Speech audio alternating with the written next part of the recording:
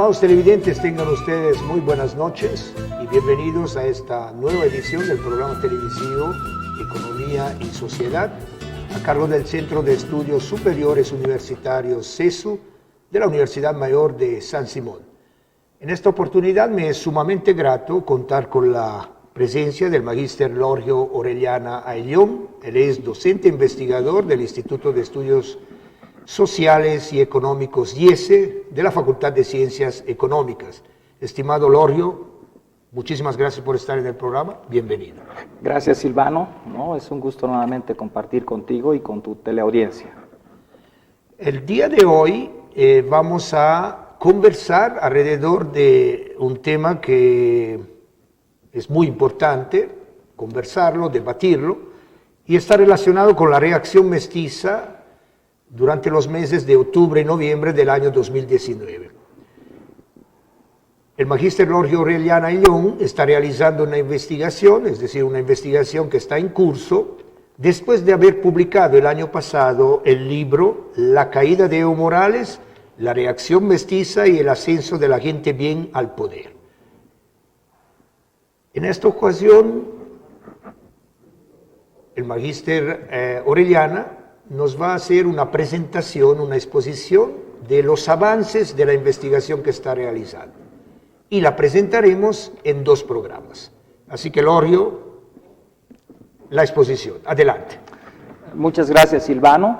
Bueno, el tema de mi exposición es la reacción nacionalista mestiza 2019-2020, el subtítulo Nación en tiempo heterogéneo y formación económico-social de desarrollo desigual y combinado.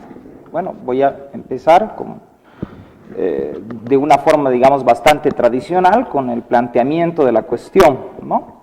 Bueno, la caída de Evo Morales en noviembre de 2019, dentro de una coyuntura de profundos cuestionamientos contra el denominado Estado Plurinacional de Bolivia y de reivindicación de la República, enarbolada principalmente durante las movilizaciones de las clases medias urbanas, va a poner sobre el tapete de discusión la cuestión nacional, ¿no? Y es en torno a ella que gira mi presentación, ¿no? Pero bueno, antes de abordarla es importante plantear algunas consideraciones de tipo teórico para entender qué es lo que entendemos por nación, o por nacionalidad, o por nacionalismo, ¿sí? Como es ampliamente conocido, Benedict Anderson planteó que la nación es una comunidad imaginada, ¿no? Y la definió como el tiempo histórico del capitalismo, ¿no? Es un tiempo histórico lineal, vacío, homogéneo. Él utiliza un poco la imagen de un calendario, sí, es como un tiempo calendario, ¿no? Ustedes pueden un poco imaginarse también en un libro de historia, un texto de historia oficial que se enseña en la escuela y donde existe una sucesión temporal de gobiernos. Entonces es un tiempo histórico homogéneo, vacío, te dice él, lineal. Ahora, dentro de este debate van a haber objeciones que se le van a plantear a esta formulación célebre de Anderson. Una de estas objeciones viene desde los estudios subalternos, de Partha Chatterjee, que va a indicar que al menos en 2/3 partes del mundo la nación es vivida no en tiempo homogéneo, como dice Anderson, sino más bien en tiempo denso y heterogéneo, ¿no? Y voy a leer una cita que ilustra un poco la forma en la cual ella entiende esto del tiempo denso heterogéneo. Dice así, y es una cita que viene de su propia realidad, de la que ella conoce muy bien en la India, ¿no? Dice así: en esos lugares se puede observar a capitalistas industriales que postergan el cierre de un negocio porque no han consultado con sus respectivos astrólogos, o a ministros que abiertamente se vanaglorian de haber asegurado más empleos para las personas de su clan, ¿no? Y haber mantenido a los miembros de otro clan alejados de la administración. O sea, lo que te está diciendo en realidad Partha Chatterjee, te está hablando sobre un tema que, digamos, en el espacio académico, en los espacios académicos en Bolivia, se ha discutido bastante, y sobre esta suerte de convivencia entre distintos tiempos históricos, ¿no? ella habla de la convivencia entre el tiempo histórico de lo moderno y el tiempo de lo premoderno. Ahora, como ustedes conocen, al menos los que nos movemos en el ámbito de las ciencias sociales, una forma en la cual ha sido recurrentemente abordada esta cuestión ha sido a partir de la lectura de René Zavaleta Mercado, que es el de la sociedad abigarrada, que te habla de diversos modos de producción que se superponen, y aquí hay algo pero que él dice que es, pero sin combinarse, es decir, Bolivia es una superposición de modos de producción, pero que no llegan a imbricarse. Ahora, a mi manera de ver, esta idea de tiempos históricos que existen casi sin, digamos, mezclarse unos con los otros, no permite captar lo que te está diciendo de modo cabal Chatterjee. O sea, Chatterjee te dice que existe una convivencia de lo moderno y lo premoderno en un mismo espacio. Y para entender la formación social boliviana, yo creo que existen otras tradiciones que te permiten comprender mejor cómo se va dando este proceso. Y bueno, o sea, el planteamiento que hizo Guillermo Lora desde la tesis de Pulacayo del 47, yo creo que en este ámbito es más afortunada, más certera, porque en realidad él retoma una idea de Trotsky que más bien te habla de la existencia de una combinación de diversos modos de producción, una amalgama, una fusión, un embrollo entre formas arcaicas y modernas, ¿no? Aludiendo a la aproximación de distintas etapas del camino, a la confusión de distintas fases, a la amalgama entre formas arcaicas y modernas, ¿no?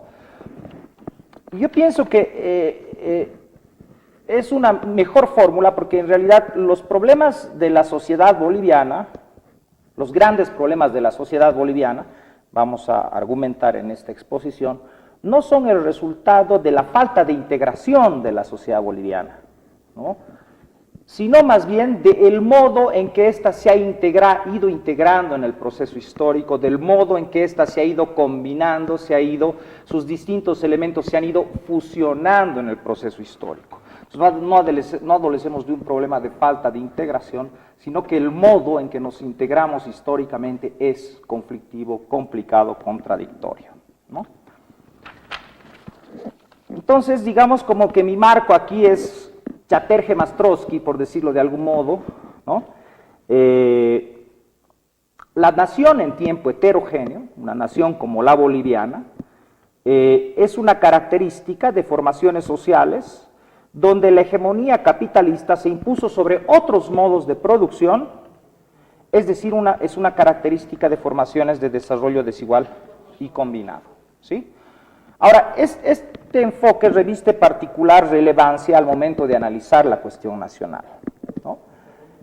Lo que hemos vivido desde octubre, noviembre del año 2019 ha sido precisamente la emergencia de movimientos nacionalistas en lucha por el poder del Estado y por el sentido de lo nacional en Bolivia, ¿sí? Y estos movimientos no han sido el resultado de la superposición de distintos tiempos históricos, decimos nosotros, o sea, refutamos la hipótesis zavaletiana y más bien decimos, sino más bien de contradicciones que resultan del modo, en que estos se combinan en el proceso histórico, ¿sí?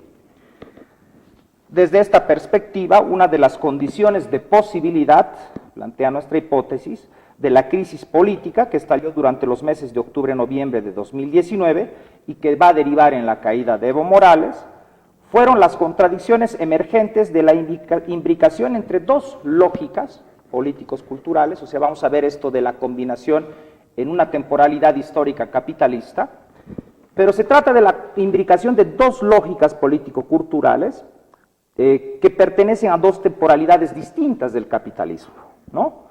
Una es la lógica del Estado-Nación, un nacionalismo mestizo que va a instalarse como paradigma de ciudadanía después de la Revolución del 52, y lo que después va a desarrollarse desde los 90 y que va a alcanzar, diremos, su cenit con la formulación de la Constitución del año 2009, que es esto que Slavoj Žižek llama el multiculturalismo o la lógica cultural del capitalismo tardío.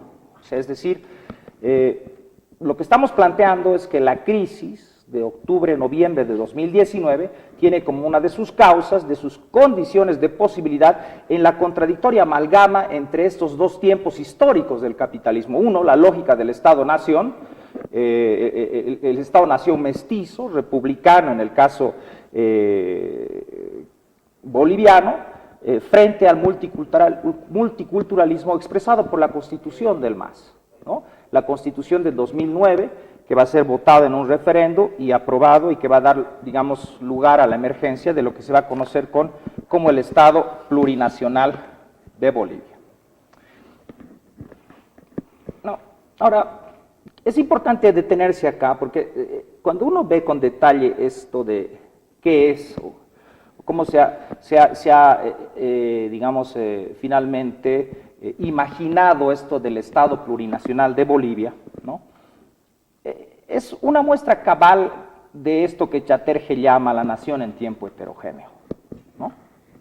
Basta detenernos en el artículo 3, donde la nación boliviana, según la Constitución, en su artículo 3 indica que la nación boliviana está conformada por la totalidad de las bolivianas y los bolivianos, las naciones y pueblos indígena originario campesinos y las comunidades interculturales y afrobolivianas que en conjunto constituye el pueblo boliviano. Es decir, esta heterogeneidad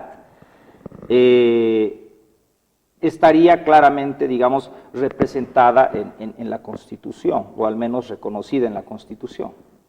Ahora, yo pienso que de modo jurídico lo que está diciendo aquí la Constitución es que Bolivia es una nación en tiempo heterogéneo, como te dice Chatterjee. O sea, es decir, no son varias naciones, en realidad es una nación, pero que se vive en tiempo denso y heterogéneo, ¿no? Y acá esto se puede poner en evidencia cuando se muestra efectivamente cómo hay una imbricación en la propia constituyente, en la propia Constitución del 2009, entre lo que es el multiculturalismo y la lógica del Estado-Nación. Y eso aparece claramente en el artículo 1, ¿no? Donde se indica que Bolivia se constituye en un Estado unitario, social de derecho, plurinacional comunitario, libre, independiente, soberano, democrático, intercultural, descentralizado, con autonomías. Bolivia se funda en la pluralidad y el pluralismo político, económico, jurídico, cultural, lingüístico, dentro del proceso integrador. O sea, es decir, hay una idea cabal, está la lógica del Estado-Nación, de la cual te habla Anderson, al indicar que Bolivia es un Estado unitario, ¿sí? Es decir, soberano, ¿no? La comunidad imaginada, Anderson te la define como soberana, ¿no? Limitada en términos, digamos, del espacio geográfico, y bueno, y unitaria, y eso está claramente representado aquí, ¿no? Pero a la vez está claramente esta visión, digamos, que es de la plurinacionalidad.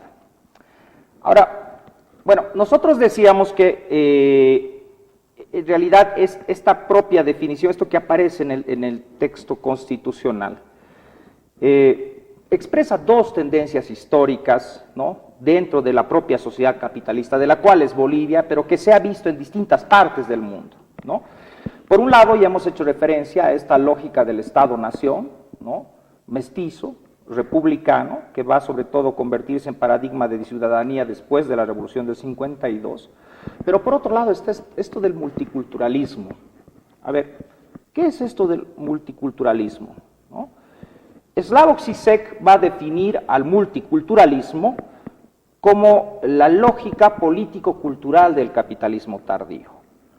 Entonces él va a ver cómo en realidad desde la década de los 90 en adelante hay un proceso que se desarrolla de un modo inverso al que se dio desde la Revolución Francesa de 1789. A ver, y dice así, ¿no? O sea, este proceso inverso es contrario al de la temprana constitución moderna de la nación, ¿no? O sea, es decir, en la constitución temprana de la nación hubo un proceso de nacionalización de la etnia, ¿no? O sea, es decir, hubo un proceso de desetnización y superación de esta etnia en lo nacional.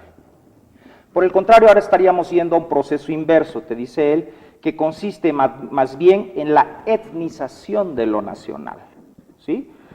Que es una renovada reconstitución de las raíces étnicas. O sea, es decir, si en el proceso que surge o que se ve, digamos, desde la revolución de 1789, es una disolución de la etnia dentro del imaginario nacional, ahora lo que estaríamos asistiendo o estaríamos viendo fundamentalmente es un proceso de etnización de lo nacional.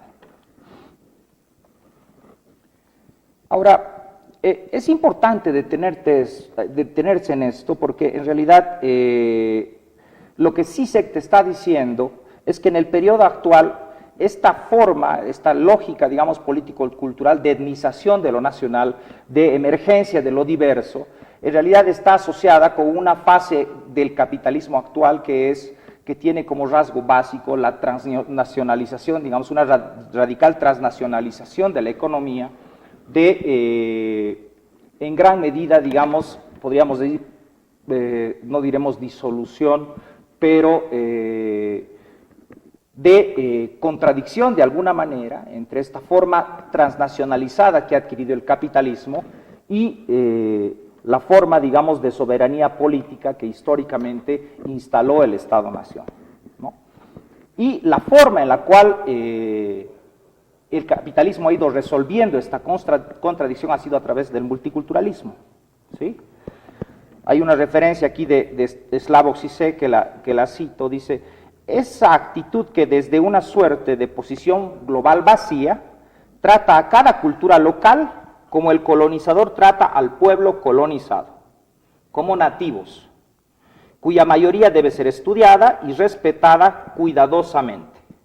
En el multiculturalismo existe una distancia eurocéntrica condescendiente y respetuosa con las culturas locales, ¿no? Las etnias, aymaras, quechuas, etc. Ahora, una tesis fuerte que nosotros sostenemos es que el gobierno del MAS expresa claramente esta lógica político-cultural del capitalismo, ¿no? Y que se lo ha visto claramente a través, digamos, de las empresas, bueno, en principio, como ya hemos indicado, está en la Constitución del año 2009, pero a la vez, ciertamente, o sea, la política del MAS en materia de hidrocarburos, referida fundamentalmente también a las áreas protegidas, ha tenido justamente una orientación a promover el ingreso de las inversiones extranjeras.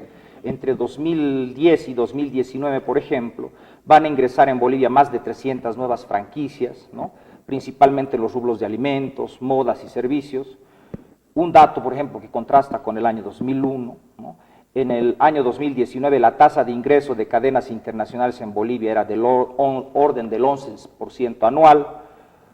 Si en 2005, por ejemplo, la inversión extranjera directa alcanzaba apenas a 250 millones de dólares, en 2019 va a llegar a 1.750 millones de dólares según datos de la CEPAL. O sea, es decir, la legitimidad que va a lograr generar el MAS a nivel fundamentalmente de las organizaciones sociales, las mayoritarias etnias, sobre todo de aymaras y quechuas, la estabilidad política va a convertirse en un espacio de legitimación que al mismo tiempo le va a permitir al capitalismo global penetrar dentro de la economía boliviana. Entonces, yo pienso que es adecuado desde esta óptica caracterizar al MAS como la lógica político-cultural del capitalismo tardío, ¿sí? Ahora, aquí es importante hacer referencia a lo siguiente, o sea, es que va a instalarse un gobierno plurinacional en el contexto de un Estado-nación mestizo, configurado alrededor de instituciones fundamentales del Estado como la escuela, el ejército, las universidades, la policía, lo que va a dar lugar a la contradictoria y compleja configuración estatal de desarrollo desigual y combinado que es hoy el denominado Estado plurinacional de Bolivia, ¿sí? O sea, es decir, Lo que es importante aquí indicar es que la emergencia de un gobierno plurinacional no va a modificar ni va a cambiar drásticamente con las instituciones del Estado-Nación mestizo. Y es justamente ahí lo que nosotros a lo que hacemos referencia, a esta contradicción entre dos lógicas político-culturales del capitalismo, la lógica del Estado-Nación, por un lado, mestizo republicano, que persiste en la escuela, persiste en el cuartel, persiste en las normales, ¿no? Persiste a través de los textos de enseñanza clásico, de los rituales patrióticos, las liturgias políticas, los héroes de la patria, que se nos enseña a través de la escuela. Pero a la vez el MAS va a instalar ciertamente no solamente una nueva legalidad, sino al mismo tiempo un conjunto de liturgias políticas que van a entrar en contradicción con todas estas otras, toda esta otra herencia. Entonces, es en esa contradicción donde nosotros situamos las causas o las condiciones de posibilidad de la crisis política de octubre-noviembre de 2019, que vamos a exponer en la siguiente sesión, ¿no? Muchísimas gracias, Lorio, por haber estado con nosotros en este programa. Estimados televidentes, el día de hoy estuvimos con el magíster Lorio Orellana Ayllón. En un primer programa, él nos presentó avances de su investigación alrededor de la reacción nacionalista mestiza de los meses de octubre y noviembre del 2019. Esperamos que el programa haya sido de su agrado. Les invitamos a seguir el segundo programa que se difundirá en una semana. Muy buenas noches.